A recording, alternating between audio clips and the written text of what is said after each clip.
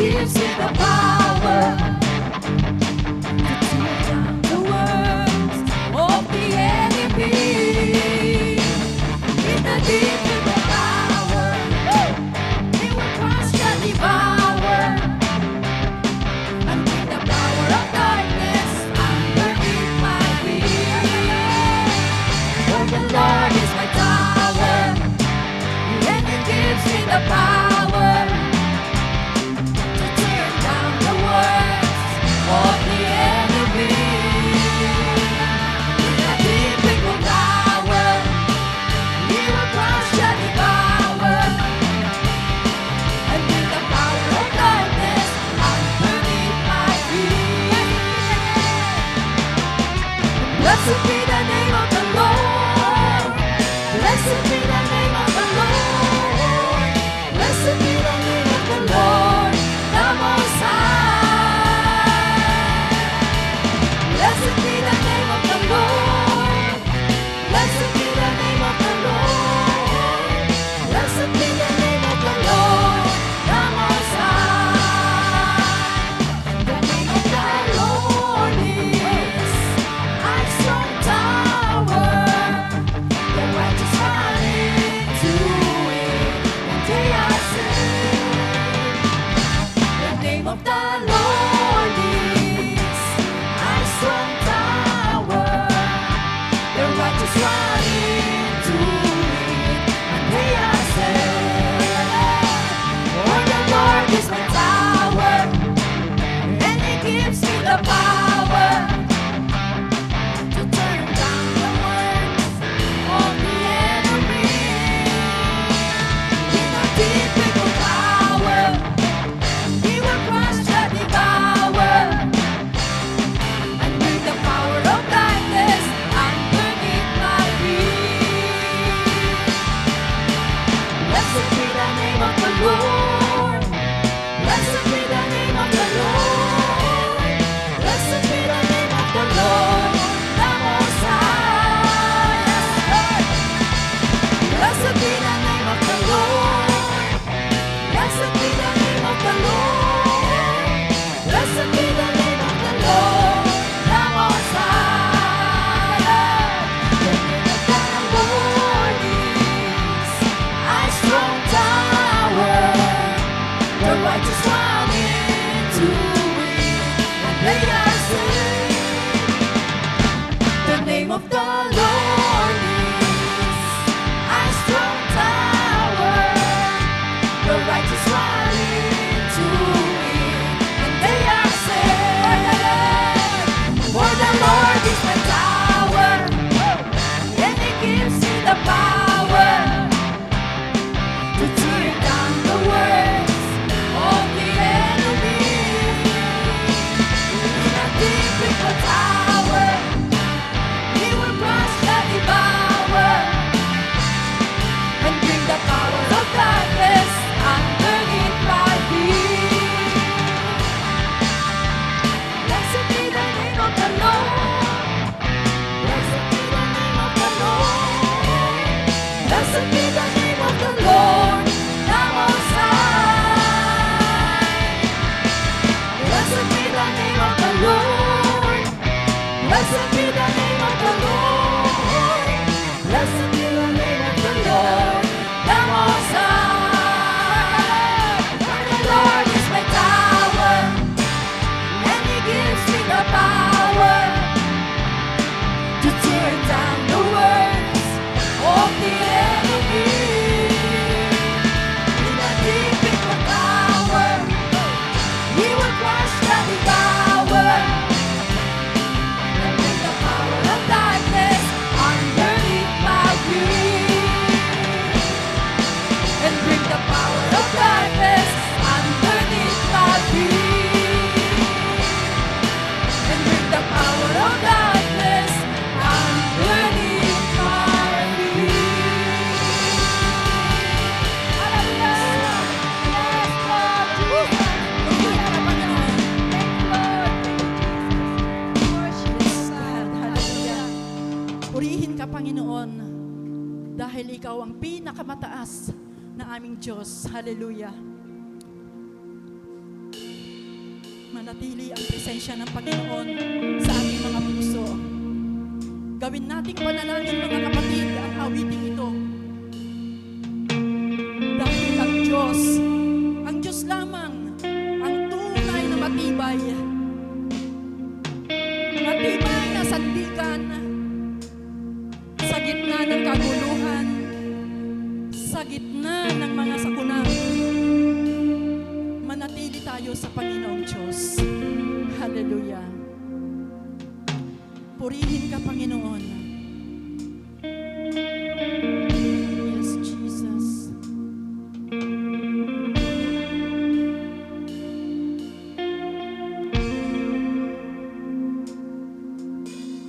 Hide me now under your wings. Yes, O God. Cover me within your mighty hand.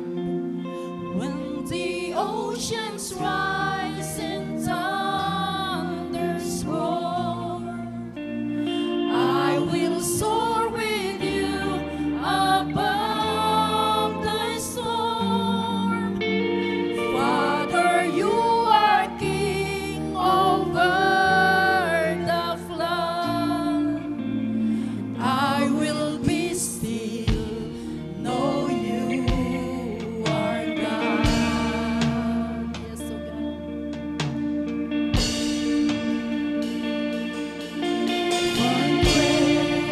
Rest my soul in Christ alone. Yes, Lord, hallelujah. Know His power in quietness and trust. When the oceans rise and thunders roar, I will soar with you above the storm. Father, you are king over the flood, and I will be still, know you are God. When the oceans rise and thunders roar, I will soar with you above the storm. Father, you are king over the flood, and I will be still, know you are God. Yes, O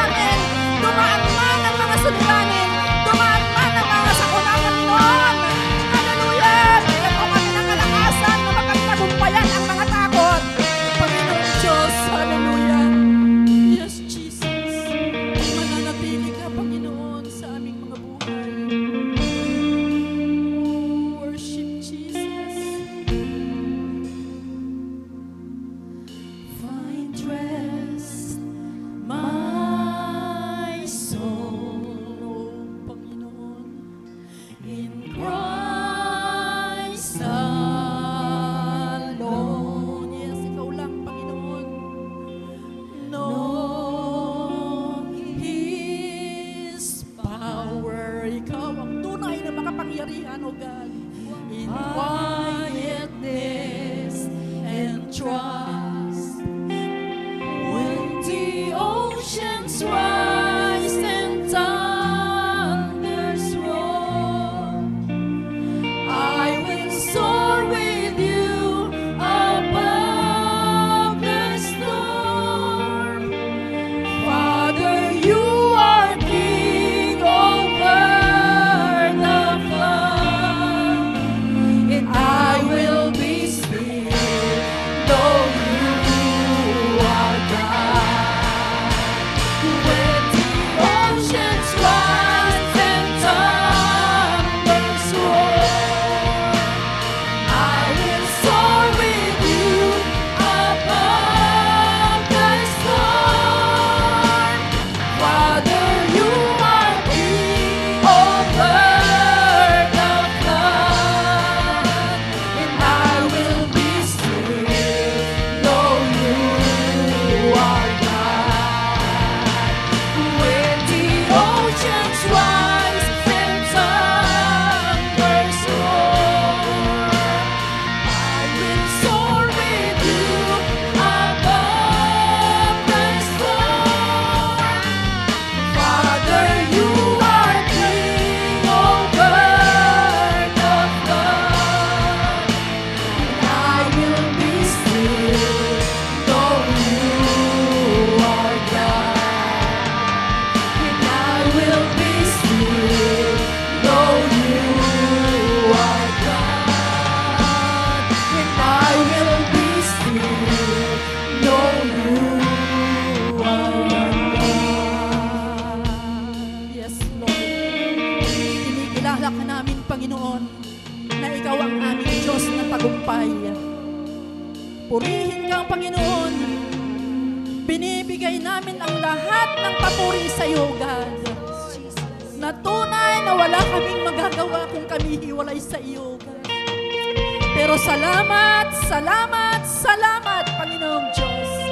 Dahil nariyan ka. Ikaw ang aming tagumpay. Ikaw ang aming lakas. Hallelujah. Salamat po, Panginoon. Tunay na dakila ka, O God. We give you the highest praise, Jesus. We worship you. We give you the highest praise. We appreciate God, Jesus. Holy Spirit, salamat.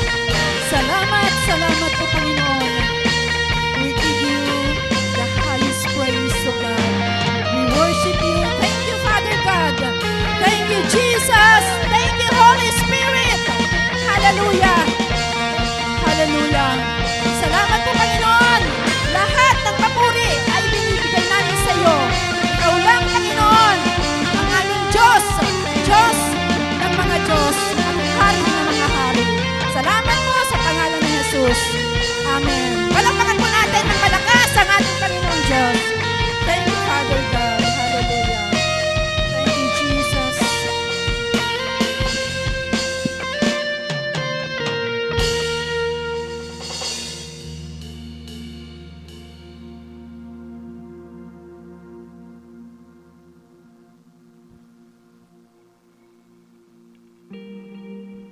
Manatili po tayo nakatayo at makibukas po kayo sa akin sa aklat ng Mark chapter 15 verse 42 to 47. Nang dumilim na, dumating si Jose na taga Arimatea, isang ginagalang na kasapi ng kapulungan. Siya na rin ay naghihintay sa pagdating ng kaharian ng Diyos dahil iyon ay araw ng paghahanda o disperas ng araw ng pamamahinga. Nagkalakas loob siyang lumapit kay Pilato upang hingin ang bangkay ni Jesus. Nagtaka si Pilato nang marinig niyang patay na si Jesus, kaya pinatawag niya ang pusyal at tinanong kung matagal na siyang mamatay. Nang malaman niya sa kasapi ng talagang patay na si Jesus, pumayag siyang kunin si Jose ang bangkay. Binaba mula sa krus ang bangkay ni Jesus at binalot ng telang lino na binili ni Jose. Pagkatapos, ang bangkay ay nilagay sa isang libingan. Hinukay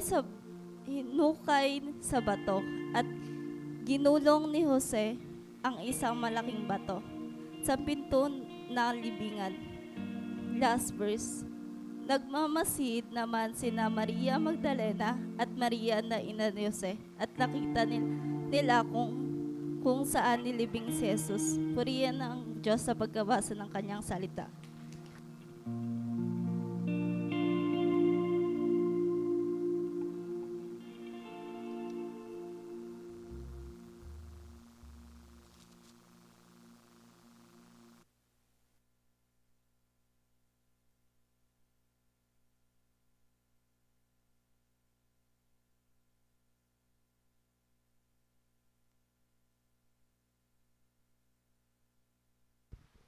Purihin ang Panginoon. Isang mapagpalang umaga sa ating lahat.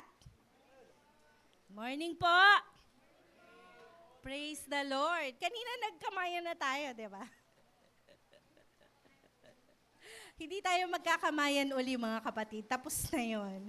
So, medyo nabitin lang ako sa praise and worship natin. Pero praise God. Kanina nung papunta kami sa church, nag-uusap kami ni Crizel, sabi niya, kasi nga, late na din kami nagising for the very first time. And tapos ang ulan, malakas yung ulan sa amin banda. Sabi niya, Ma, baka walang masyadong sumimba ngayon. Kasi nga, it's a very bad weather. No? Bad weather. Alam niyo yung sarap matulog. Pero purihin ang Panginoon. Tingnan niyo naman. Nandito tayong lahat. Meron sigurong mga iba na wala, pero praise God. Kasi nga, hindi tayo natakot dumami. Kasi madami na tayo talaga. So praise God, it only shows how excited we are to come before the altar of the Lord on a very rainy Sunday morning. Patuloy nating ipag-pray, no po, kasi nga, bukod sa mga nakaraang linggo na mga lindol-lindol, meron na naman tayong paparating na bagyo. So, yung mga klase, in-online class na lang, ano? Kasi nga, ang daming nagkakasakit. Oo. Baka mabasa. Kanina nandun kami ni Sister Beth sa likod, medyo umaangge. Baka gusto niyong lumapit dito. So, pero bago tayo mag-start or bago tayo mag-pray for today, meron lang akong isang hihilingin sa bawat isa. Normally, pag sa mga churches, laging sinasabi, can we mute our phones? And i-mute. Ako siguro ngayon, I'm gonna request, siguro hindi naman masyadong, hindi kalabisan. Kung papatayin natin yung cellphone natin for just an hour, no? Siguro hindi kalabisan. Napapatayin natin yung ating mga cellphone ng 1 oras lang ngayong umagang. Okay lang? Okay lang, mga kapatid? Okay. Kanina, ang linaw nung rewind natin, Brother Dong. Sa susunod, titingin na siya sa mga tao. Promise. So, yung ating, yung ni-rewind niya ay tungkol sa the ministry of the Holy Spirit in the believer's life. Because this month, we are, nasaan na tayo? Deeper still in the ministry or service. Paglilingkod. So tunay nga na sa ating paglilingkod, meron tayong God-given ministry, yung sinabi ng tinuro ni Pastora nung first Sunday. Second, of course, kung God-given yung ministry natin, dapat empowered tayo by the Holy Spirit. Alam niyo, maraming magagaling, pero walang anointing. Kapag lumabas kayo or tumingin kayo sa labas, pagka nag-online kayo, marami tayong makikita, mas magaling tumugtog, mas magaling magsalita, mas magaling sumayaw, mas magaling sa maraming bagay. Pero hindi natin pinipili or sa ating ministeryo at paglilingkod sa Panginoon, di natin kailangan maging pinakamagaling. Kailangan tayo anointed. And every day do we ask God, in our personal prayer, pinapanalangin ba natin yon? Ako, lagi kong ginagawang prayer yung Spirit Touch Your Church. Pinipersonalize ko siya palagi. Spirit, touch me. Fill my heart.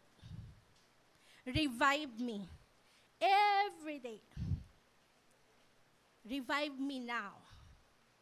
Fill me with your passion. Kasi hindi naman tayo palaging passionate eh. Palagi ba tayong passionate? Palagi ka bang nag-aalab? Palagi ka bang excited?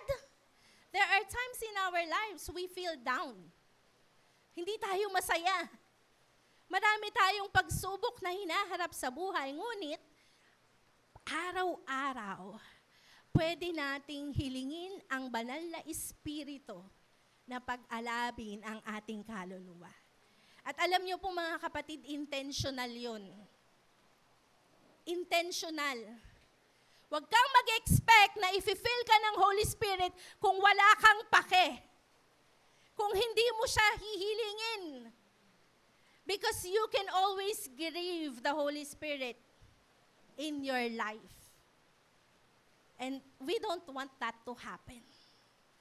So, purihin ang Panginoon. At sa umagang ito, ay atin namang tignan ang buhay ng isang lingkod ng Panginoon. Alam nyo, excited ako dito. Hindi ako nananawa. Tinuro ko na to sa mga bata. At ituturo ko to sa inyo. I-share ko to sa inyo. Nakangiti si Sister Luz kasi nung Sunday, tinuro ko din to sa Muson, sa mga bata. Ang ating paglilingkod.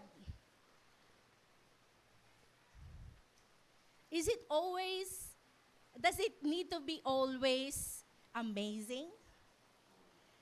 Kailangan ba laging may impact? Laging kita? Laging maingay? Let's look at the life of Joseph of Arimathea. Yung example niya sa paglilingkod, it is silent but significant. So, in our life, may it be that today, bago tayo umuwi, we would be reminded that service in God or service to God only needs to be significant. It doesn't have to be that bongga. It has to be significant. So let us pray sa umagang ito. Pwede po ba tayong tumayo? At muli, alam ko na ang Panginoon, ang kanyang presensya, ang kanyang banal na Espiritu ay kasama natin. Hallelujah. Thank you, Lord Jesus. We praise you. We honor you. We praise you in the deepest recesses of our hearts. Sa kaibuturan ng aming mga puso. Nakikita mo po ang aming pagsamba, ang aming papuri, ang aming commitment, Panginoon. Not only to attend the church, but to honor you with our lives. At sa umagang ito, dalangin ko, na patuloy na pakasiyasatin mo po ang aming mga puso. At hayaan mong ang banal na Espiritu ang mangusap sa bawat isa. Lord God, I pray that you override my preparations this morning and that you speak to each and every one sa kung anuman ang pangangailangan ng bawat isa na marinig, yun ang marinig nila. Let the words that comes out of my mouth that has no meaning at all, Panginoon, dalangin ko na alisin mo at hayaan mong tangayin ng hangin, Lord God. At ang manatili sa aming lahat ay ang mga salita mo na magbibigay ng lakas at encouragement sa bawat isa. And we thank you and we praise you in our congregation this morning. In Jesus' name, amen and amen. Hallelujah. Ayan. Sensitive pala yung mic natin.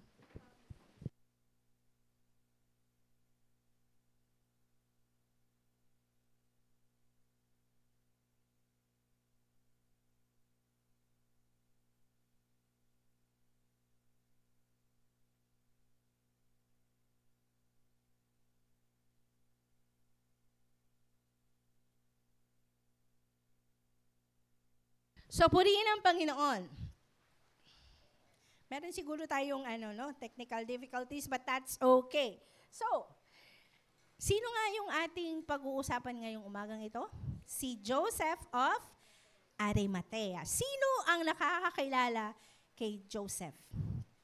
Hindi siya yung Joseph na earthly father ni Jesus, ha? Hindi. Hindi rin siya si Joseph na naging governor ng Egypt. Hindi rin siya yon. So, mostly medyo kaunti lang. Medyo bihira nating marinig. Kasi nga, kakaunti or napakaliit lang ng portion ng Gospels. So, dun sa 4 Gospels, konti lang yung mababasa natin tungkol sa kanya.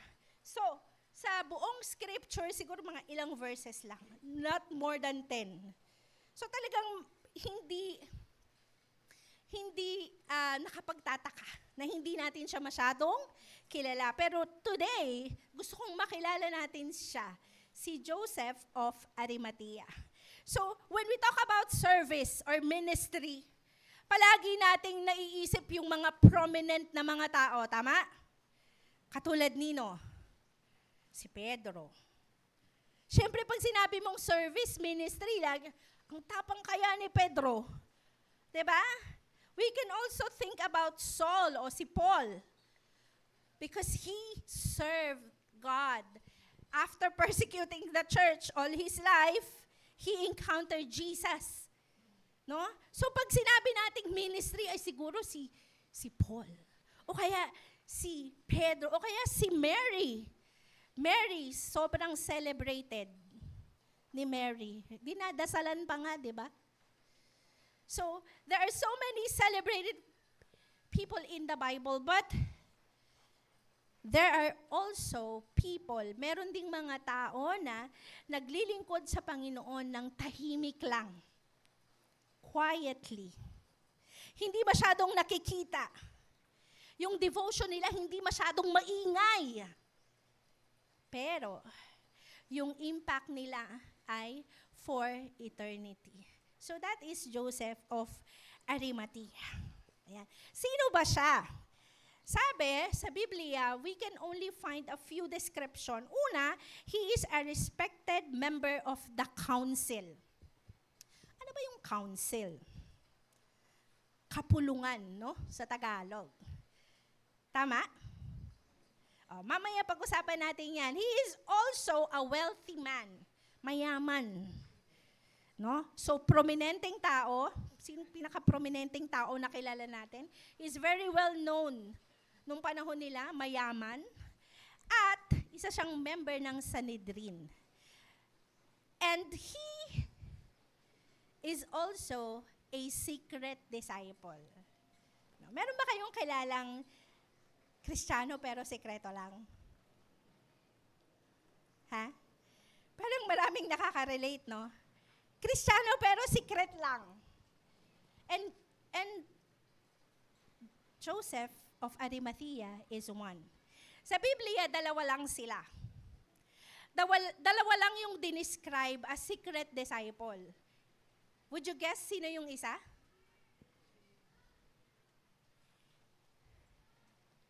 Guess. Dalawa lang, di naman sila madami. Sino yung lumapit kay Jesus gabi na at nagtanong? Si Nicodemus. Oh, very good si Pastora. Si Nicodemus. Tama?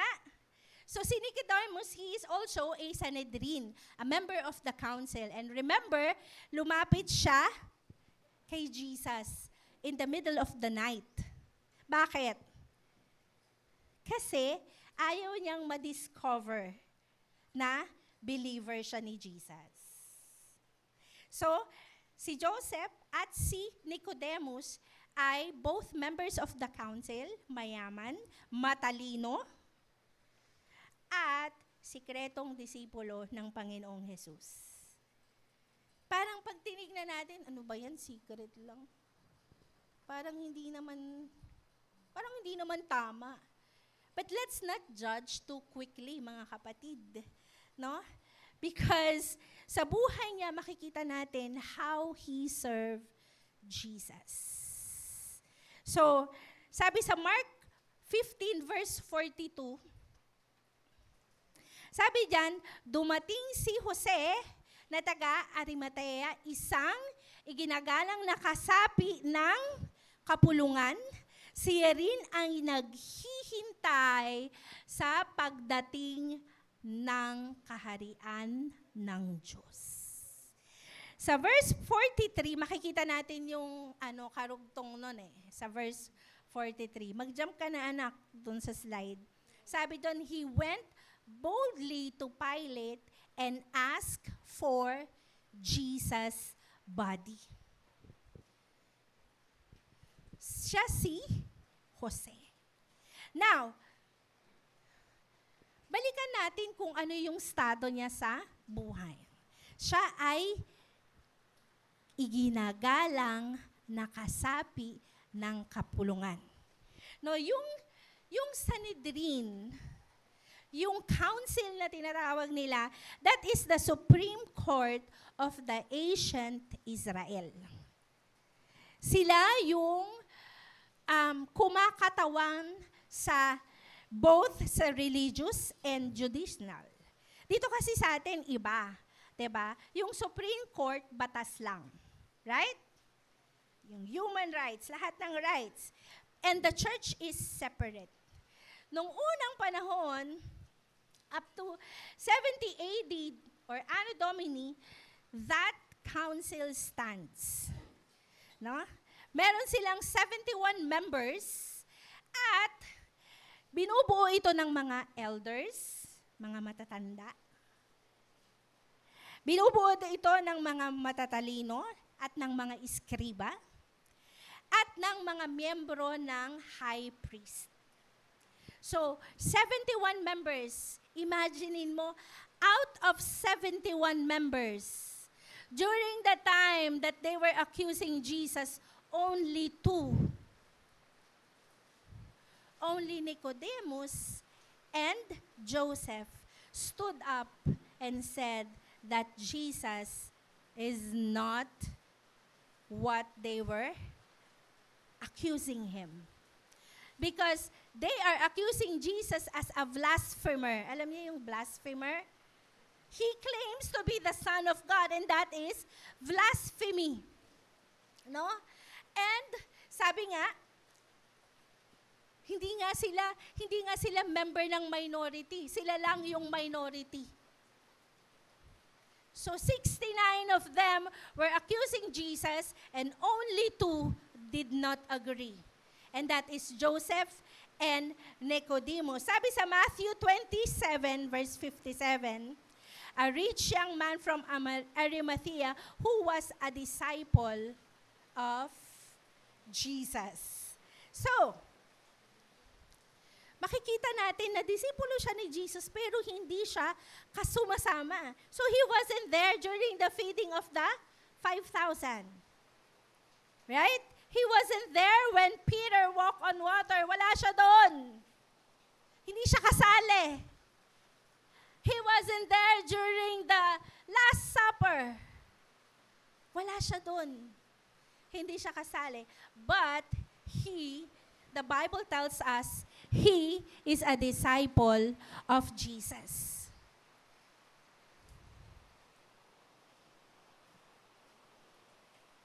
Wala Handa ba tayo? O, present ba tayo sa lahat ng gawain? Siguro hindi. Pero hindi natin pwedeng sabihin na, hindi ako kasali dyan, hindi na ako kasali. Hindi na ako believer or hindi na ako Christian.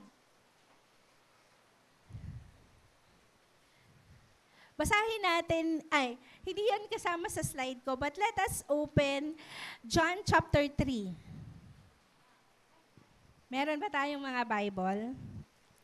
Buksan natin. John, aklat ni Juan, chapter 3. So, makikita natin dito yung account ni Nicodemus. So, si Nicodemus lumapit sa Panginoong Jesus. Sabi niya, sa verse 3, dito sinabi ng Panginoong Jesus kay Nicodemus na Jesus answered and said to him, "Truly, truly, I say to you, unless one is born again, he cannot see the kingdom of God." And I bet Joseph and Nicodemus understood. Naunawaan nila na ang hinihintay nilang kaharian ng Diyos ay makikita lang nila kapag sila ay ano ba yung born again sa Tagalog? Ipinanganak nangang muli. That's why, kahit matalino si Nicodemus, hindi niya maunawaan. Ano yun? Babalik ba uli sa tiyan ng nanay? Tapos isisilang nangang muli? Kasi nga, he in his bright mind cannot understand what Jesus was saying. No? Matalino siya pero hindi niya maintindihan. Ngunit salamat sa Panginoong Jesus sapagkat napaka-patient ng ating Panginoong Jesus. Sabi, sa verse 5, Jesus answered, "Truly, truly, I say to you, unless one is born of water and the Spirit, he cannot enter into the kingdom of God." He cannot enter the kingdom of God. And sometimes we mistake our service as our entry to the kingdom of God. Minsan, maraming tao ang iniisip nila o pinaniniwalaan nila o pinaninindigan nila na kapag ako ay naglingkod, kapag ako ay gumawa ng mabuti, kapag sinunod ko ang batas, ako ay makakapasok sa kaharian ng Diyos. But the Bible did not tell us that. Hindi yun ang sinabi ng salita ng Diyos. Kaya wag po tayong madaling malito or madaling madaya. Or maniwala. Malinlang. O lahat na po ng Tagalog. Tama po yan. No, lahat. This is one thing that we have been discussing every day. Lagi kami nagkukwentuhan nito ni Crizel because she is now working and then meron siyang ka-office mate na Muslim, na hindi na naniniwala sa salita ng Diyos or dating born again, whatever. Lahat na ng uri, makikita mo. Labas-labas tayo ng konti sa school, no? Basta naging aware ka lang sa paligid mo, you will see there are so many different kinds of things. And we even discuss, ano yung isasagot ko sa ganito? Paano yung ganito? Paano yung pagkain ng ganito? Or, kasi nga, hindi sila kumakain ng baboy or ng pork. Diba? So, ang lagi kong sinasabi kay Crizel, huwag kang ma-distract. Huwag kang ma-distract kung hindi hanapin mo yung sagot sa salita ng Panginoon. Kasi, lagi silang nagpe-pray. Kasi di ba every 3 p.m. they kneel down sa silangan, right? But the Bible tells us that the only thing that can save us is Jesus, nothing more, nothing less. It's not when you obey yung rules and regulation. I'm not telling you to disobey. Hindi ko naman sinabing maging pasaway ka pa din. Hindi yun. It's just that, where do you put your faith? At si Nicodemus at si Jose, alam nila yon. So even if we do not see them in all of those wonderful stories, doon sa mga 3 taon na paglalakbay ng Panginoong Jesus, ng pangangaral, ng pagpapagaling ng mga may sakit, ng paghayo, ng pagpapakain ng mga tao, still, yung impact ng buhay nila is very significant. So, tignan natin. Sabi dito, sa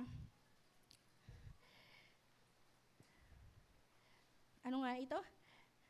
Sabi dito sa verse 43. Balikan natin yung verse na yon, Ate Crizel. Sabi sa verse 43, ayan, he went boldly to Pilate and asked for Jesus' body. Kailan nangyari to? Noong ipinako ang Panginoong Jesus sa krus. Anong araw yon? Anong araw ipinako ang Panginoong Jesus sa krus? Friday. Saturday. Kailan pa? Friday. Sa hapon, kaya naman pala. Sige, understandable. Patawarin natin si brother, nagtatago ka, pero nakikita kita. Okay, so Friday. That was Friday in the afternoon, right? So anong kasunod ng Friday? Ito nakakatawa ito eh. Anong kasunod ng Friday? Anong araw yon? Sabado. Ano yung araw na yon para sa mga Hudyo? Sabbath. At kapag Sabado, pahinga. So pagpahinga, sa atin kasi rest day ko ngayon. Rest day, ano ginagawa mo? Naglalaba, nagluluto, mag-general cleaning. No? Sa mga Hudyo, hindi. Hindi ganon ang Sabbath. Ang Sabbath, pahinga. Hindi talaga sila gumagawa. Sabi nga, I heard a story from Pastor Peter Tanchi. Sabi niya, up to now, kapag pumunta ka ng Israel, at Sabado, at halimbawa, nasa hotel ka, hindi ka pipindot sa elevator. Kusang bubukas at sasara. So, papasok ka sa elevator, kung nasa 30th floor ka, 29 times bubukas at sasara yung elevator, aantayin mo siya. Kasi nga, Sabat. So, pag Sabat, si Joseph, very mindful siya. Alam niya kung anong mangyayari. If the body of Jesus is not buried, on that day, it will be lying there hanggang mag-linggo. Nandun lang yon. So, kung may aalala natin, anong nangyayari nung ang Panginoong Jesus ay dinakip. Hindi pa ipinako, dinakip. Anong nangyari? Sinong kasama niya? Sinong kasama ng Panginoong Jesus?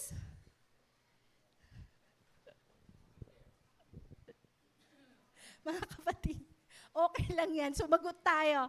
Sino? Disciples. Nasaan? Sa Garden of Gethsemane. Yan. Bakit parang clueless kayong lahat? Ano ba? Magkape-kape. Dapat umaga pa lang may kape na tayo dyan. Parang hindi nagigising yung diwa natin. So during that time, ano nangyari? Sa Garden of Gethsemane, dumating yung mga kawal para dakpin ang Panginoong Jesus. Anong nangyari? Nag-disperse yung mga disciples, right? Nagtakbuhan sila. Walang natira. And during the time that Jesus was hanging on the cross, nung siya ay nakapako sa krus, sino na lang ang natira? si Jose, John the Beloved, and the women. Sila Mary. Kaya nga, di ba? 7 last words. Di ba? Meron pang pagtatagubilin ang Panginoon. They were nowhere to be found. Imagine, no disciples left. They all ran away. The other one killed himself. What would happen to the body of Jesus if Joseph of Arimathea was not there? So, tignan natin ang kanyang buhay. Unang-una yung character ni Joseph. Importante ba yung character bilang mga tagasunod ng Panginoong Jesus? His character, he is a devoted disciple. He is a secret disciple, but he was devoted. Anong ibig sabihin ng devoted? Hindi to hopelessly devoted to you, ha? Anong ibig sabihin ng devoted? Siguro pwede yan sa asawa, devotion. No? Ano sa Tagalog? Malalim na pagmamahal. Malalim yung pinag-ugatan ng devotion ni Joseph para sa Panginoon. Tanungin natin ang ating sarili, malalim ba ang aking devotion para sa iyo, Panginoong Yesus? Paano natin malalaman kung gaano kalalim ang pag-ibig or devotion ng isang tao para sa isang tao? That person is always there. Right? Laging nandyan. Kahit anong mangyari, andyan ka pa rin. He is a devoted disciple. He was afraid. The Bible tells us he was afraid. But, despite of his fear, he still stood up. He was there. He never left. Walang nag-utos kay Jose. Wala. Wala nang mag-uutos sa kanya. Nagtakbuhan na sila. Even Peter, yung pinakamatapang, yung pinakakilala at pinaka-celebrated na disciple ni Jesus, I bet even during that time, kasi maingay siya eh. Imposible hindi siya mapansin ng mga tao. No? He was loud. But he wasn't there. But Joseph was a devoted man. He followed Jesus quietly, although in secret, but he was devoted. So, marami sa atin, tulad ng sinabi ko kanina, no? There are so many of us believe na, ay kailangan, dapat kasali ako dyan. Hindi ba ako tatayo? Hindi na ako pupunta. Yung iba gusto nila na-recognize. Pag walang recognition, nagtampo na. Di man lang binanggit yung pangalan ko dyan. Ano ba yan? But you know what? Our true service, lagi na natin itong naririnig. Pero sasabihin ko uli, true service happens in silence. Behind the scenes. Will you still serve Jesus faithfully, even if no one notices you? Maglilingkod ka pa rin ba sa Panginoong Jesus, even if no one notices you? Amen. Praise God. And you know what? The things that people don't see, God sees. Lahat ng hindi nakikita ng mga tao, nakikita ng Diyos. Even our motives, even our hearts. We cannot hide. We cannot pretend. You can pretend to be enthusiastic. Pwede yon. Pwede kang matawa kahit hindi nakakatawa, pero in your heart, ito ba yan? Joke ba yan? Kuwang-kuwa ka. You can pretend. But our devotion cannot be faked. Yung ating devotion sa Panginoon, hindi mo pwedeng i-fake, kapatid. So, yes, we are devoted to our ministry. We are devoted to showing up in the church. Makikita kasi lahat yan eh. No?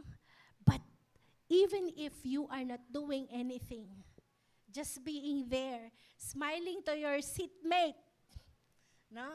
Kinakamayan, kahit hindi sabihin ng worship leader, magkamayan tayo. Right? Even the small act of kindness shows how deep our devotion is.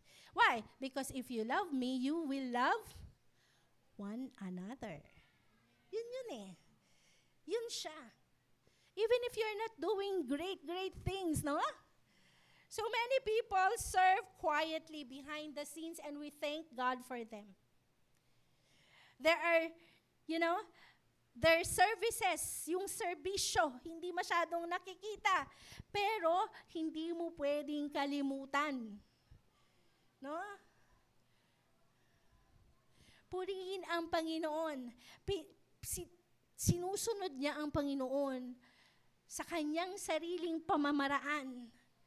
Hindi niya kailangan makipagtalo doon sa 69. Hindi niya kailangang tumakbo. Hindi niya kailangang magpakita. He was just there. John 19:38, was he afraid? Makikita natin yan. Sabi dyan, no? Later, Joseph of Arimathea asked Pilate for the body of Jesus. Now, Joseph was a disciple, but secretly, because he feared the Jewish leaders. He was afraid. Yes! Totoo yan. Takot siya. The Bible is hindi siya sinusugarcoat. Ang tapang ni Jose. Hindi ganun. Huwag nating i-sugarcoat lahat ng fear natin. Huwag tayong mag-pretend na kaya natin kung hindi natin kaya. But I bet that his devotion for Jesus, because it was genuine, his fear did not define him. Hindi siya na-define ng fear. Bakit? Mamaya malalaman pa natin kung anong nangyari. Ayun na nga, sinabi dyan, he came. He boldly asked Pilate. So regardless of his fear, his service had a great impact for each and every one of us. Sa atin. At sa mga susunod pang henerasyon. At sa mga henerasyong nauna sa atin. Yung devotion ni Joseph. A great impact because he assumed the responsibility of Jesus' burial. Right? So there are times we are afraid sa buhay natin. We are afraid to serve. No? We are afraid to speak up for others. We are afraid to say no. Kasi baka mamaya ma-outcast ako pag nag-no ako. But if you are a believer of Jesus, you can be devoted to Him. That is Joseph. So Mark 15:43 tells us he went boldly. Yun kasi yung word, boldly. Ano ibig sabihin ng boldly? Ha? Matapang. May tapang siyang humarap. He was courageous. I remember that verse. Be strong and courageous. Because God is with you. Yun yung aming memory verse. Deuteronomy. Hirapan yung mga bata. Tang twister ba ito, Cher? Deuteronomy. Pati ako, hindi ko maano. 31. Kahit ako na bubulol na, no? Pero, be strong and courageous. Si Joseph, he was courageous. He was bold. Matapang niyang pinuntahan si Pilato. And that shows his deep commitment. At yung deep commitment taong ito ang nagudyok sa kanyang tumapang. So his courage is serving despite the danger. He was a secret disciple, but his devotion turned to courage. Mga kapatid, kung ikaw ay natatakot 2 years after you have, met Jesus, or a few months after you have received Jesus as your personal Lord and Savior, pero 10 years ka na, duwag ka pa din. Balikan natin yung una. How devoted are you to Jesus? Because your devotion will turn to courage, even if that devotion is in secret. Darating ang panahon sa buhay mo, kapatid, natatapang ka. Boldly, because others hid in fear. They were all afraid. They ran. Unahan na, humaripas na sila ng takbo. No? He did not, during this time, he no longer feared for his position. Hindi na siya natakot sa kanyang posisyon bilang council. He risked his name. And I bet even his safety. No? Kahit yung kanyang kaligtasan at ng kanyang pamilya. He risked it all for Jesus. Even if he is a secret disciple, his commitment was not shallow. So if you have a deep commitment to God, to Jesus, yung iyong tapang ay lalabas dahil hindi ka mababaw na Kristiyano. No? Ang banal na espiritu na nasa iyo, ang kikilos upang patuloy na ma-steer kung anong emosyon yung meron ka dyan. Remember, fear is just an emotion. No? Meron ding spirit of fear, but the Bible tells us, I did not give you the spirit of fear. Right? But the spirit of sound mind. Ang espiritu ng takot, meron akong kina-counselan recently. Sabi nung doktor sa kanya, pumunta ka na sa mental, magpatingin ka sa psychiatrist. Kasi hindi niya alam kung anong kinatatakutan niya. Basta na lang daw siya nagigising in the wee hours of the night. Tapos nagpapalpitate na, lindo, lahat na lang.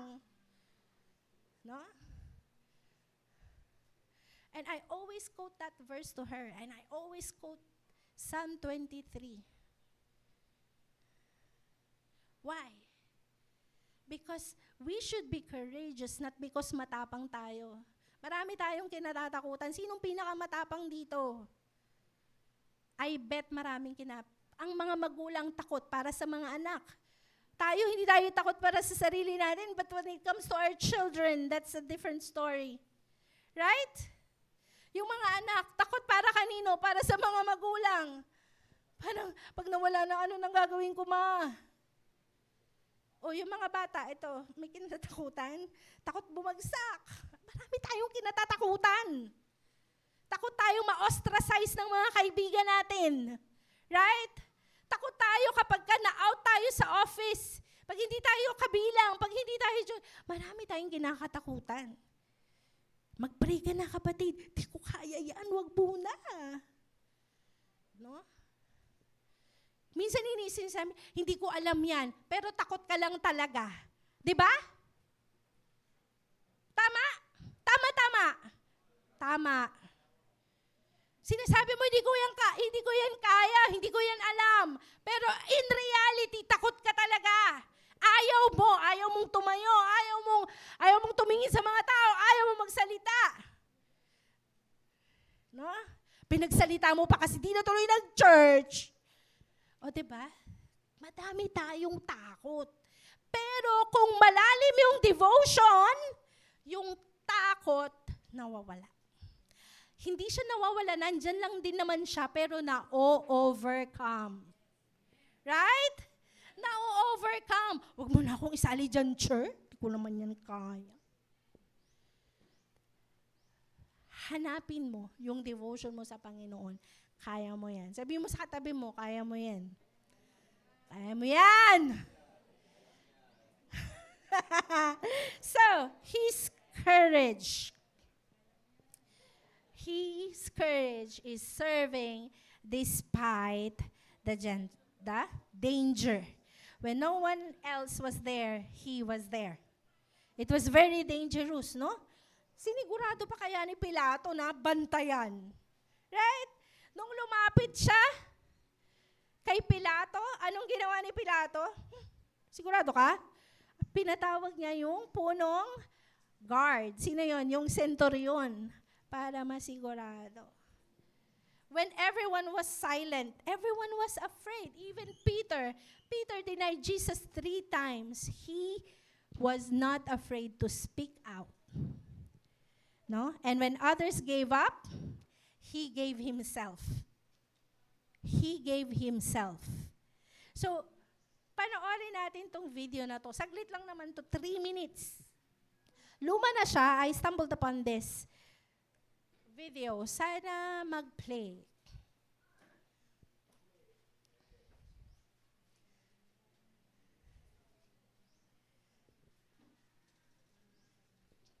Bigyan natin ng 30 seconds. Kung magpi-play. Kung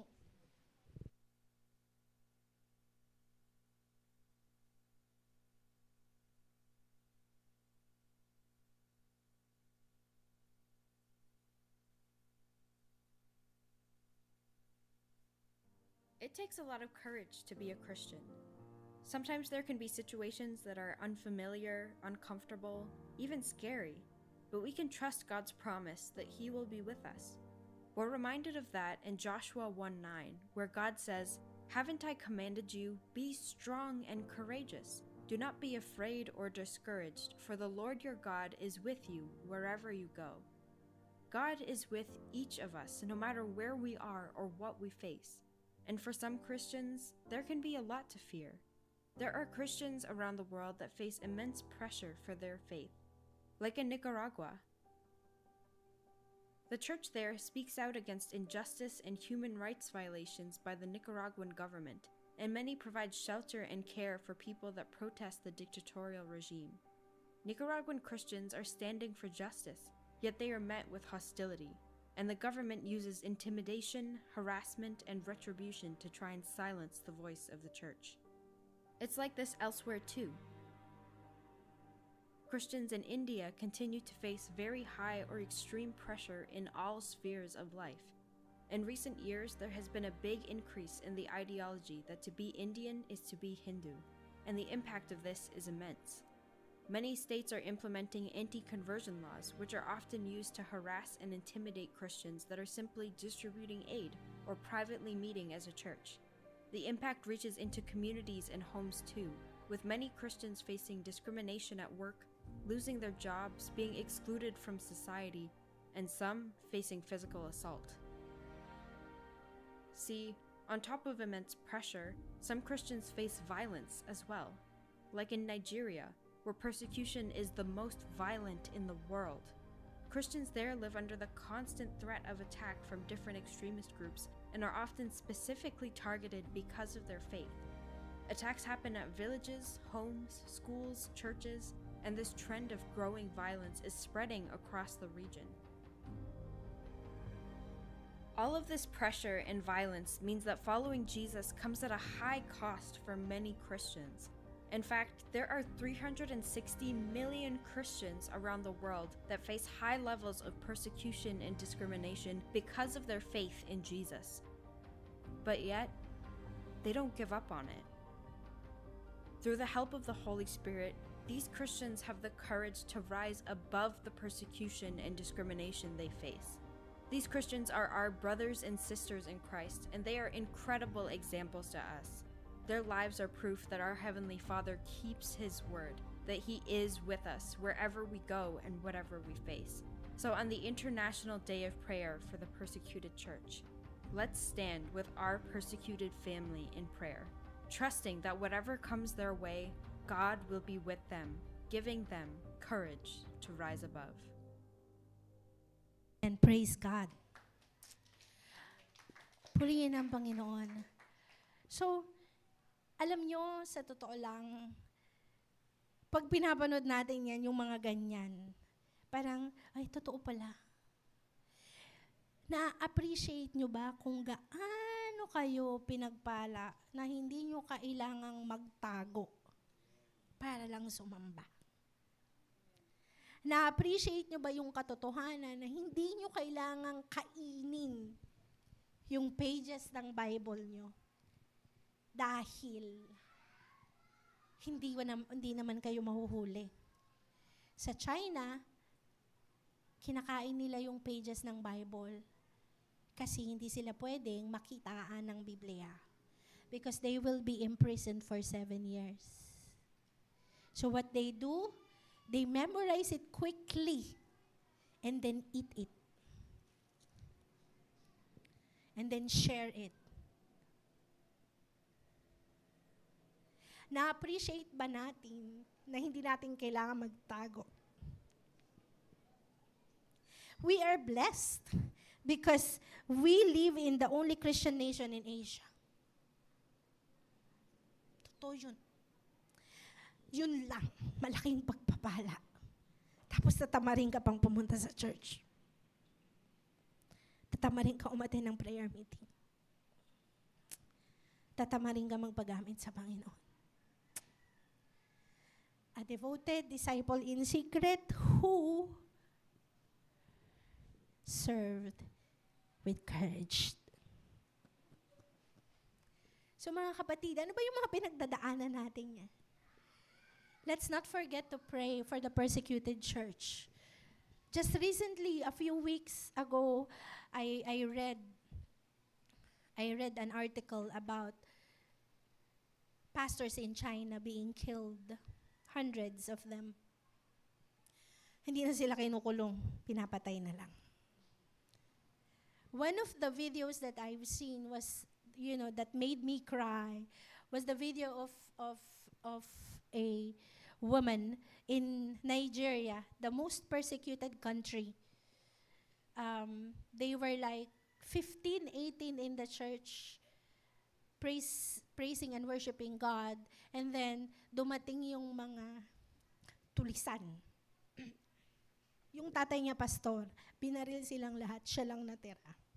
And he lived to tell the story of how her entire family and the church were killed during praise and worship. Kaya grabe, ngayon pa lang kapatid, magpasalamat ka sa Panginoon that you are here, that you are in this place. And the question is, how devoted are you in your faith, in your obedience to Jesus? How bold are you in sharing the gospel? How bold are you in inviting people not only to come to church, but to come to Jesus? The church cannot serve. We cannot save people. Only Jesus can. Be bold. Joseph was bold. No one was left, but he gave himself.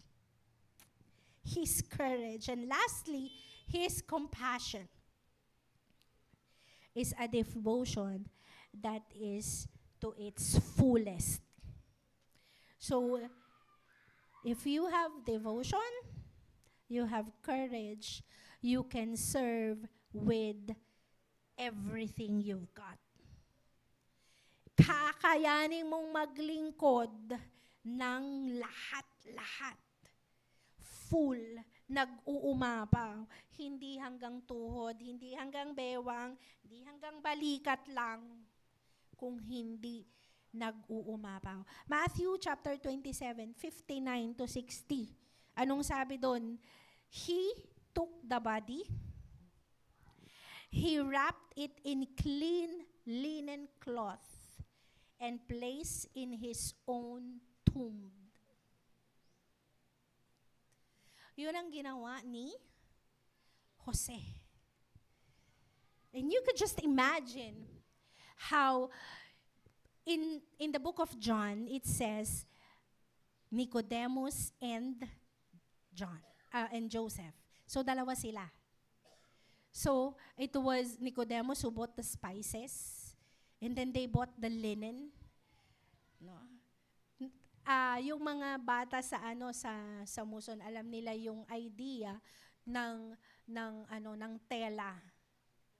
No? Kasi maraming nananahi doon sa taas, 'di ba? Doon lang sa paligid nila.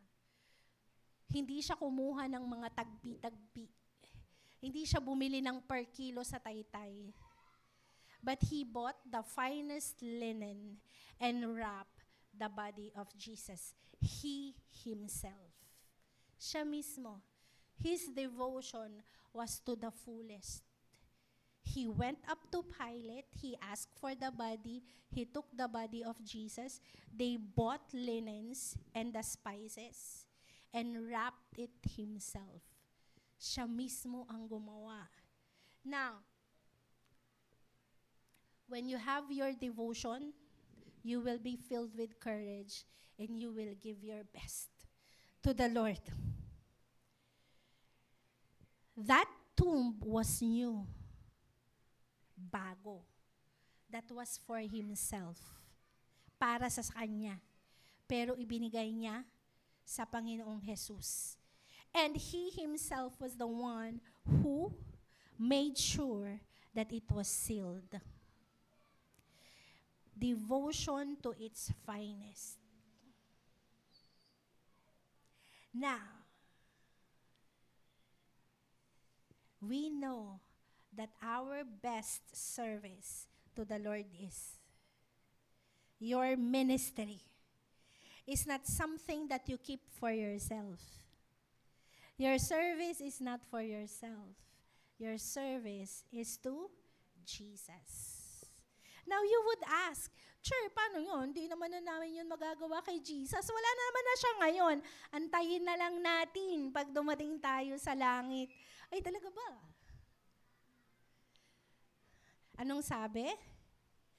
The things that you do for those little ones, you are doing for me. So when we serve Jesus to our fullest, we serve others.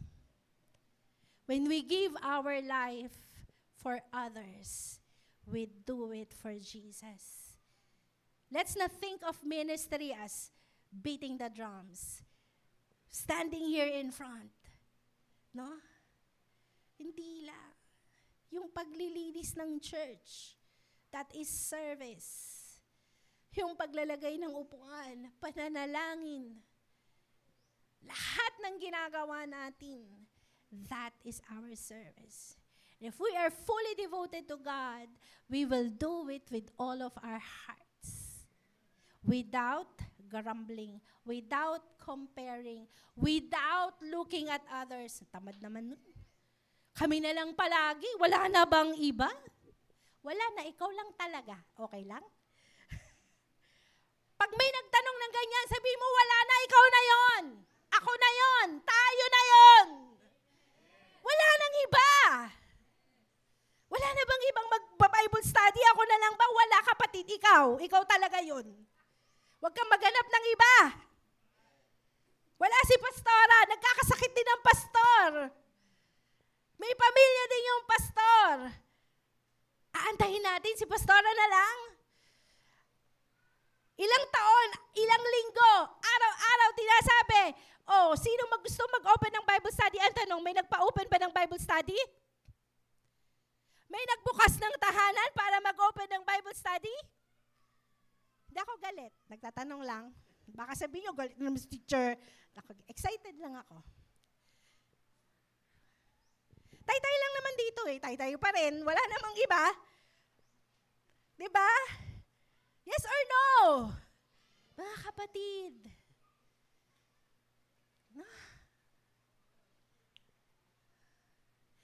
Our devotion is not in our organization, mind you.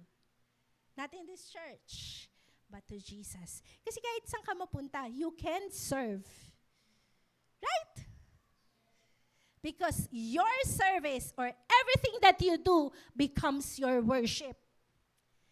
Everything that we do for others, that is our worship to God.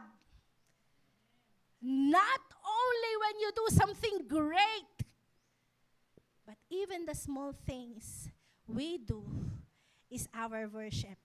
Now, our service, make sure that our service becomes our worship. Kailan yung service natin ay work? Kailan? Kapag walang pagmamahal. Any service without love is just work. So, ask yourself, lahat ng ginagawa ko, is this work or is this service? Service without love is just work. Love gives its best and turns service into worship. So, ang application natin, ano nga mga kapatid? Very basic.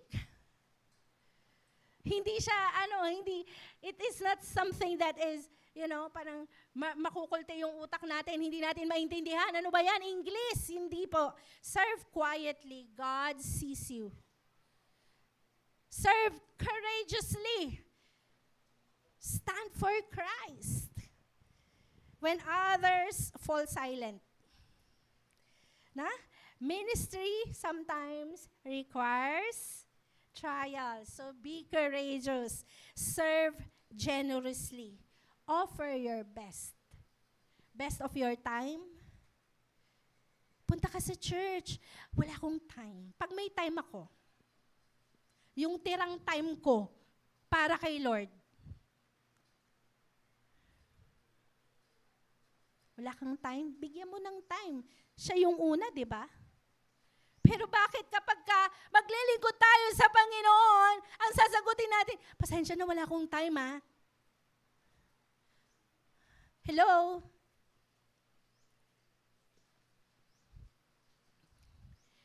Hindi ko sinasabing unahin natin lahat sa church. No?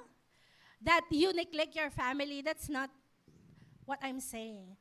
But what I'm saying is that kapag lumalabas sa bibig natin yan, what does it speaks?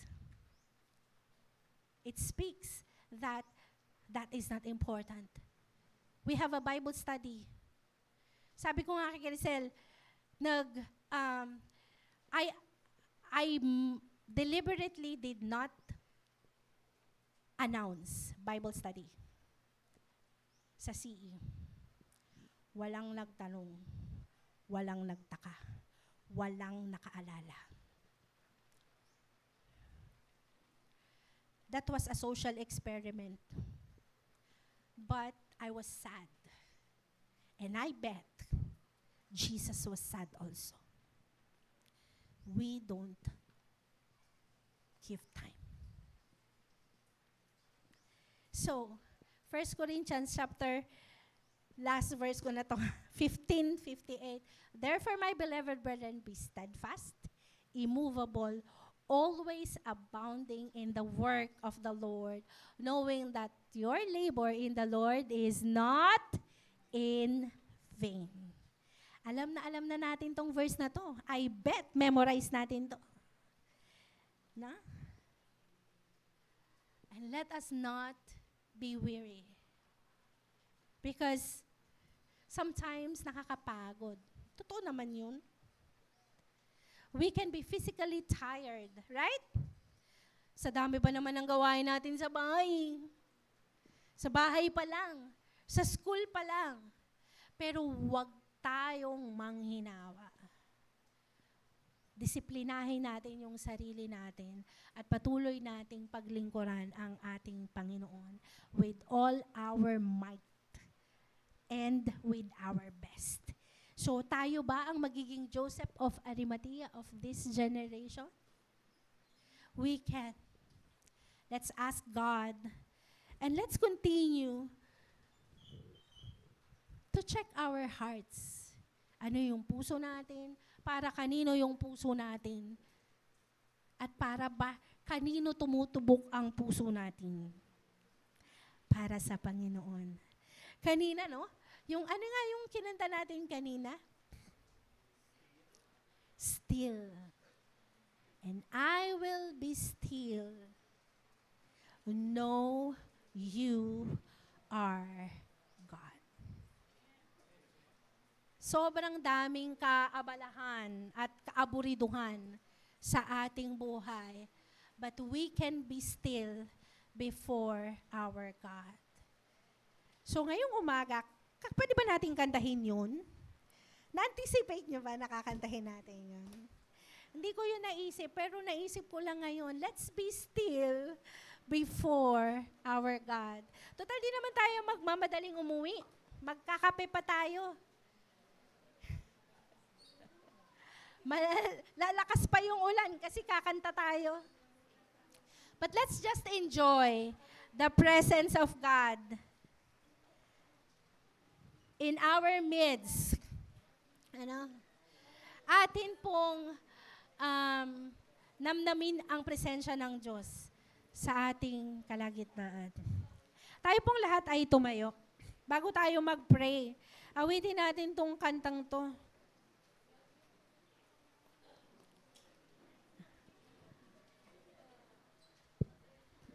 God is good. Hallelujah. Praise God. Thank you, Jesus. Alam natin yung song? Kahit walang lyrics. Ay, hindi, may lyrics pala. Meron tayong lyrics. Purihin ang Panginoon. Hallelujah. Let's continue to be in the presence of our God this morning. And let's be still. I bet Joseph of Arimathea is always still in the presence of Jesus. He loved secretly, but he was devoted. We thank God for his life, and we thank God for his example. Hallelujah, Lord. Guide me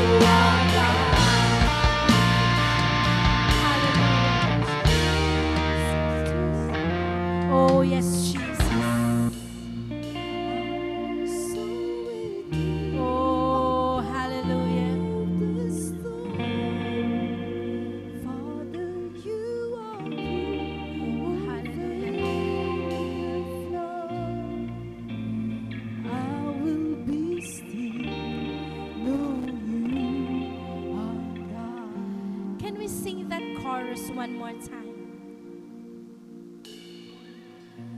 Nang tayo lang. Can you sing that song and say to the Lord, I will soar with you above the storms. Father, you are King.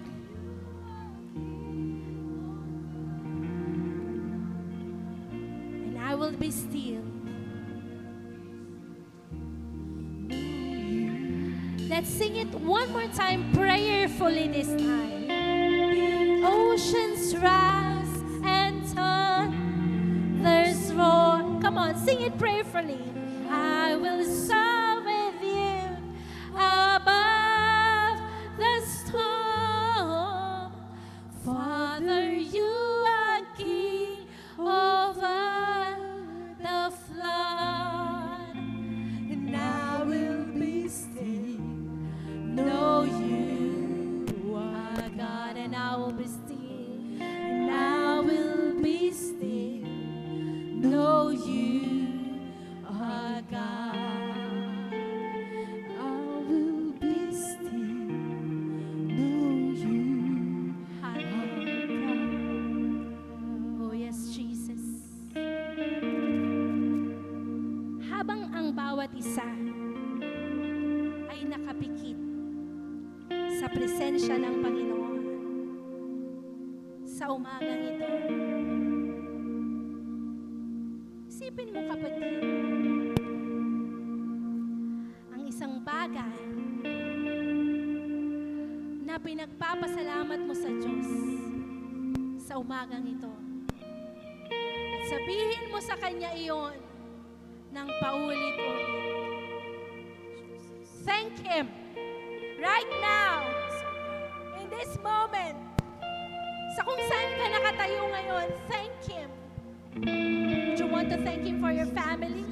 You can thank Him. Would you want to thank Him because ngayon, nandito ka, wala kang sakit.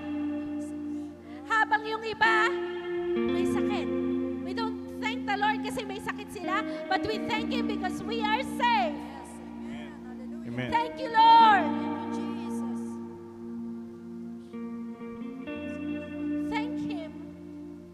Meron ka bang pamilya na magulo? You can thank Him. Why? Because you are here and He can use you to minister to your family. Thank Him. Meron ka bang kaibigan, mahal sa buhay, na hindi nakakakilala sa Panginoon?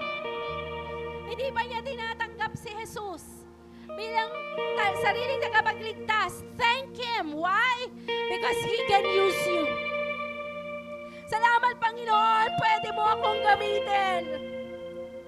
Pwede mo akong gamitin sa aking pamilya. Salamat, Panginoon, dahil tinawag mo ako dahil may purpose ka sa buhay ko. Yan ay upang maglingkod sa iyo. Yan ay upang ipahayag ang banal na ebanghelyo ng kaligtasan sa iba. Sapagkat ikaw lamang ang daan, ang katotohanan at ang buhay. Salamat, Panginoon. Thank Him. There are a lot of things that we can thank God for. Because we are alive, we can serve Him. We can serve Him quietly. We can devote ourselves in prayer. We can devote ourselves in loving our family, in sharing the gospel. We can devote ourselves in encouraging one another in love. There are so many things that God has called you to do to serve Him. There are so many ways you can serve Him. Thank God because we can serve Him the moment that we are able to thank Him. Dahil kung hindi mo siya napapasalamatan, hindi mo na-appreciate yung kaligtasan, na makakapaglingkod, kapatid, kahit anong mangyari. But the moment that you thank Him for the salvation that you have received, you'll be able to share Him to others. The moment that you thank Him for His love, you will be able to love others. The moment that you realize that Jesus suffered for you, you will be willing to suffer for others and for the Lord. Yun yung katotohanan. That's why this morning, let's end this service with thanking Him and praising Him. Be still and know that I am God. Yung mga bagyo, yung mga pagsubok, hindi yan mawawala. Kapag sumunod tayo kay Jesus, hindi sinabi na mawawala na lahat ng problema natin. Hindi yung totoo. Kapag yun ang ini-imagine natin, alisin natin sa isip natin yun. Because Jesus Himself said, in this world, you will have trials and tribulations, but be of good cheer. Because I have overcome the world. Serve God. Be devoted to Jesus. Be courageous for Him and give your best. Hallelujah. Father God, this morning, you can see ang kaibuturan ng aming mga puso na nagpapasalamat sa kabutihan, sa pag-ibig, sa kaligtasan na nagmumula sa iyo. Salamat, Panginoon, dahil walang anumang bagay ang makapag-alis sa amin sa iyong mga kamay. If we are sick, we can thank you because you will heal us. If we need protection, you will protect us. If we need courage, your Holy Spirit will empower us. And if we die, we will be with you in eternity. Nothing can separate us from your love, from your hands. And we just want to thank you. We just want to praise you. And I pray that as we continue, Panginoon, as we continue to embrace your love, you will give us the joy to serve you, the courage to serve you, even when it's hard, and to give ourselves our best for you and you alone. Father God, you see us, and we offer this prayer in the mighty name of Jesus. Amen and amen and amen. Hallelujah. Yung pinakamalakas na palakpak para sa ating Diyos na buhay. Hallelujah. Thank you, Lord. Hallelujah. Thank you, Lord. Yes, Jesus. Thank you, Jesus. Hallelujah. Thank you, Lord. Thank you, Jesus. Amen. Thank you, Lord. Hallelujah. Praise God. Praise God. Sige po, tayo ay makakaupo na sa presensya ng ating Panginoon.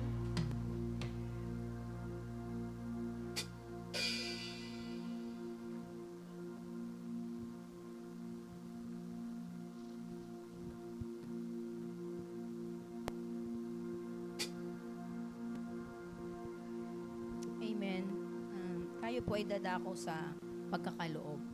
Tayo po ay manalangin. Dakilang Diyos, salamat po sa umagang ito. Sa mga salita mo na aming narinig at tunay, Lord, na dalangin po namin na hindi lamang po ito aming marinig, O God, kundi ito ay maisapamuhay namin, Panginoon. At tulungan mo po kami, Panginoon, sapagkat hindi po namin ito kaya kung wala ka, O God.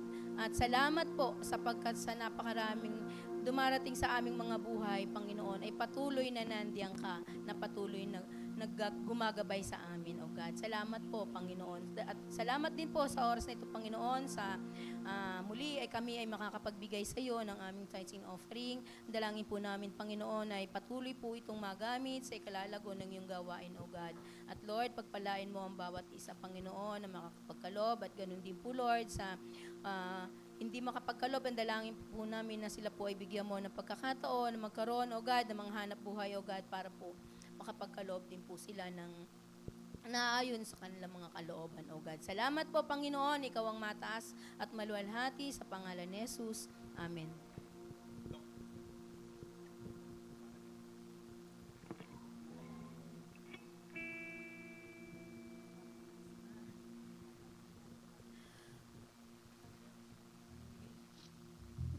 Sige po, tayo po'y magbigay. Ayan.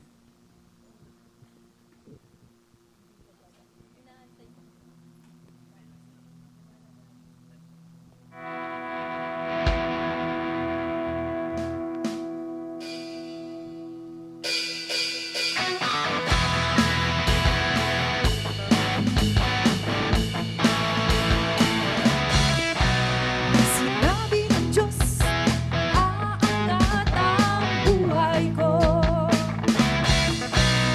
Sinabi ng Diyos, isasagana ang buhay ko. Kaya't ako'y magsasaya, pagkat sinabi ng Diyos ay sinabi niya. Kaya't di ko bibitawan ang lahat ng pangako niya. Rumaragas ang pagpapala, aking nararanasan. Di ako magtataka kung ba't sa'kin napupunta. Mula Hilaga, Kanluran, Timog Silangan, saan man napunta. Rumaragas ang pagpapala, rumaragas ang pagpapala, rumaragas ang pagpapala, aking natanggap na.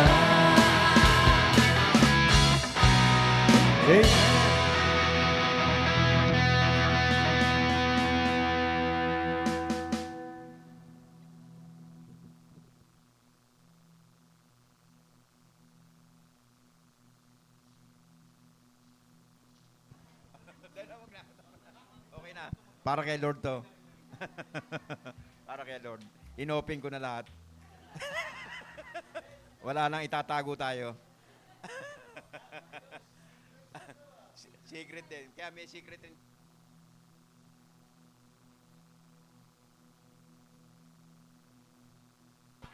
Hello po. Sensya na po. Announcement po sa ngayong Sabado. Ngayong Linggo po. Next Sunday, schedule Ushers Group 1. Prayer Warriors Group 3. Sunday Worship Celebration. 8 a.m. po ang ating start. Magkakaroon po muna tayo ng rewind. Kung saan babalikan natin ang nakaraang turo ng ating pastor. At siyempre, kasunod nito ay ang ating Sunday Worship Celebration. Bible study within the week. Sister Mirna, Tuesday 2 p.m. po. Sister Mercy, Tuesday 4 p.m. CE Teacher online Bible study every Tuesday. Every Tuesday 6 p.m. Sister Beth Wednesday 4 p.m. Katatayan po Wednesday 6 p.m. Venue po sa shop po ni Ramon. Siya po ni Ramon. At sa Golden City po. Sister Seti and Nanay Nanay Del, Barrio Road, Thursday, 6 p.m. Brother Caleb, and Brother Sandy Muson, Friday 8 p.m. Youth Boys, Sister Lamley, Sister Precious, and Sister Jessa Taytay, Friday 7 p.m. Youth Girls. Sister Tere, Golden City, Saturday 1 p.m. Youth Girls. Masarap ang kainan dyan. At meron po tayong everyday early morning devotion. Yung mga gustong mag-devotion dyan. At 5:30 a.m. except Sunday. Note, sa mga gustong mag-open ng Bible study sa kanilang tahanan, lapit lang po tayo sa ating pastora o sa mga leaders. Every Saturday, 8 a.m.,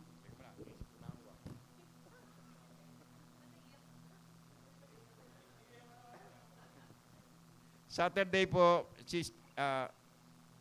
ano to? Nawala na. Every Saturday, 8 a.m. morning prayer, kasama paglilinis at pag-aayos. Sikapin po natin na makapunta ng Saturday morning prayer para sama-sama tayong mananalangin para sa ating Sunday worship celebration.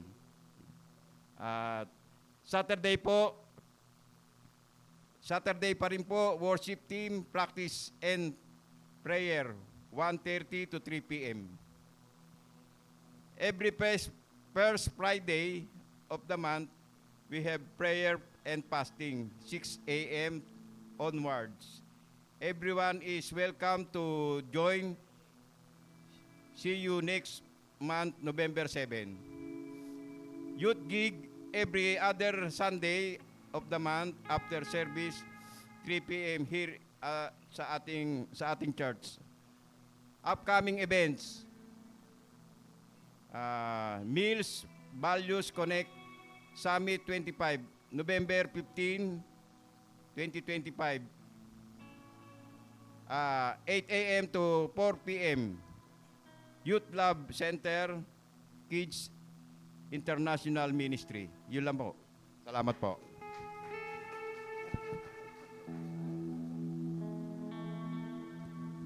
Ayun, salamat, Pastor Ramon. Ano po, since nabanggit na po kanina yung youth gig every Sunday, every other Sunday, mamaya po meron po tayong youth gig. Ayun. So, inano na po namin na after service para hindi na siya kumain ng isa pang araw, which is Sabado, di ba dapat? Pero gagawin na po namin, after ng service, hanggang 2 p.m., no? Target. Hanggang 2 p.m. para makapahinga din lahat ng kabataan. Tapos tuloy-tuloy na ang init, di ba? After service, youth gig. Para pag uwi ng mga anak nyo, magpapastor na yung mga yan. Okay na, yun na. Thank you.